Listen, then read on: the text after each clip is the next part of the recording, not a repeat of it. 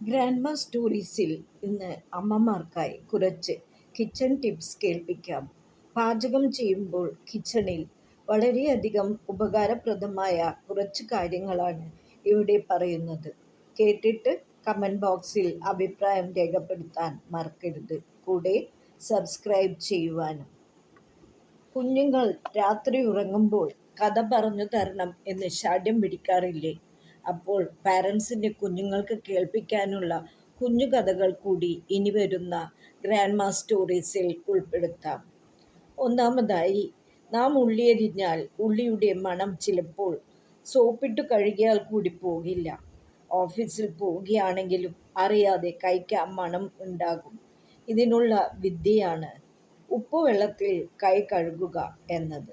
ഇനി മഞ്ഞൾപ്പൊടി തേച്ചിട്ട് കഴുകിയാലും മണം പോകും. രണ്ടാമതായി, ഇലക്കറികൾ പാകം ചെയ്യുമ്പോൾ അല്പം നാരങ്ങാനീര് ചേർത്തു നോക്കൂ. നല്ല ഹൃദ്യമായ സുഗന്ധം കിട്ടും. കറികളിൽ മഞ്ഞൾ അധികമായി വൃത്തിയുള്ള ഒരു കോട്ടൺ തുണി അതിന് മുകളിലിടുക. മഞ്ഞൾ തുണി വലിച്ചെടുക്കും. 4 തുള്ളി ചുരുക്ക അല്ലെങ്കിൽ വിനാഗിരി ചേർത്ത് വേവിച്ചാൽ ഗ്രീൻ പീസിൻ്റെ പച്ച നിറം പോകാതിരിക്കും. അടുത്തതായി, മിക്സിയിൽ വറ്റൽമുളക് പൊടിക്കുമ്പോൾ അല്പം ഉപ്പ് ചേർത്താൽ മിനുസമായി പൊടിഞ്ഞു കിട്ടും.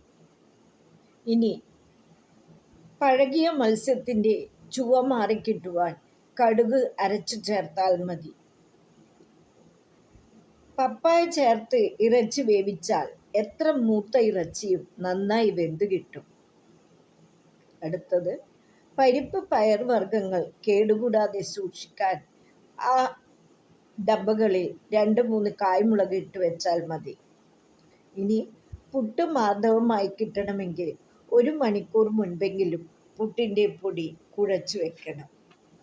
അടുത്ത വീഡിയോയിൽ വീണ്ടും ഗ്രാൻഡ്മ സ്റ്റോറീസ്.